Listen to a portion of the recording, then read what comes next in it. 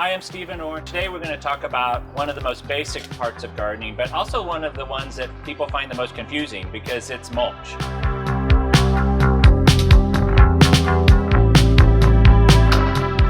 This buffet, don't eat any of this, but this is a mulch buffet that we set up to kind of show you and compare and contrast what the different kinds of mulches are and why you use them in certain situations. Let's start with the basic chipped wood mulch or bark mulch that we have in our gardens. This one is a natural cypress. We have a wide variety of colors now, and I'm not here to tell anyone what to do, but I'm not a huge fan of red mulch, nor am I a huge fan of dyed black mulch.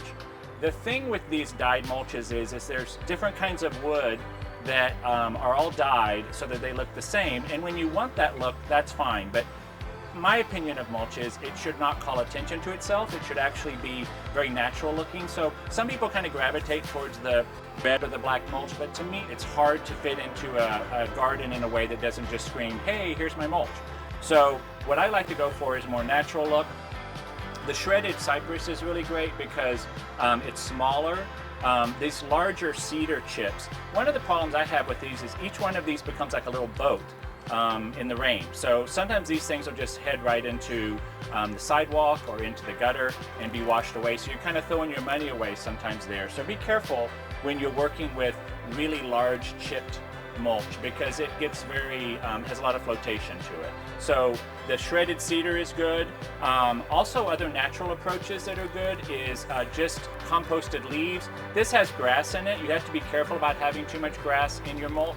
So when you do make your own compost, really look at that balance of grass clippings versus brown leaves and green things from your kitchen. That's a good mix. So, making a mulch out of compost is one of the best and most nutritious mulches, and not everybody has that. So when you're going out to a garden center, you can look for compost as a mulch that'll work as well. Another mulch, and this one actually is, sometimes it's larger pieces of straw, but straw works well. It's classically used in a vegetable garden or under things like strawberry plants so that they can kind of not get into the mud so much. So straw mulch is something that really does stand out visually in the landscape, but it also is used in more kind of utilitarian settings like a vegetable garden. The last mulch we have is stone. And so you have to be really careful with stone as a mulch because depending on where you live, the stone gets really hot. So really the best way to use a stone mulch is to do it with a cactus garden or perhaps a rock garden where you have a rock garden where these plants actually like to grow in stones. And when you're using these sort of decorative stones as a mulch, you probably do want to use a landscaping fabric, which is easily available at any garden center. And this will go under the stones because when you don't have that underneath, all the weeds will poke right up and you'll spend all your time trying to get those weeds out of the mulch. These are very large stones. This is about as large as I would use. You'll see some gardens that have a white version of this or a volcanic version of this. And those can all be really cool design statements with the right kind of cactus. And you get much more of a kind of a South American or tropical look with that kind of garden. And then regular pea gravel works as well, and that works well in a flower garden or a garden where you have a little more formal aspects with boxwood. Mulch would look right there. So basically the basic mulch you're going to want to gravitate towards in my book is a natural colored, shredded, smaller, fine kind of mulch like this one. And you can over mulch your garden. It will kind of strangle the plants because what happens if it gets pretty deep, like say you go this deep, this lower area doesn't get any oxygen, so the soil needs to have to kind of breathe a little bit, so you don't want to cover it up so much that the soil can't breathe anymore.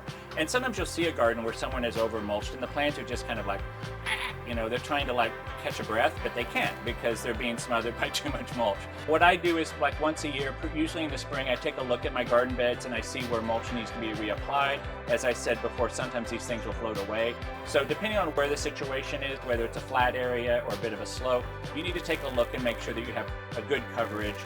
So if you're wanting to apply a large amount of mulch and not just touch up, you really want to cover a big area of your yard, you might want to investigate in having a mulch delivery from a bulk supplier. It'll be more inexpensive.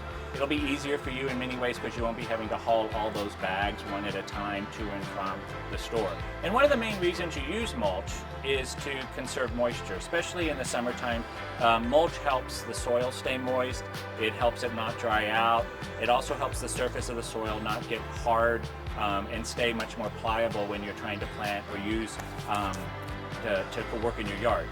The other thing you want to do with mulch is take a look in the fall and see if you need to apply before winter, because the other side of mulch is, as much as it preserves moisture, it also preserves temperature, and it helps temperatures from getting too extreme. But be careful when you apply mulch in the fall. Just make sure that it's gotten really cold. It actually should probably be early winter by the time you apply. You don't want to apply the mulch while it's still too warm. You want to wait till the ground is actually frozen a few times and then put on the protective blanket on top of that. So with all these options you have, now you know you can head to the store, you can buy the best mulch for the best situation, and you'll be all set for the rest of the season.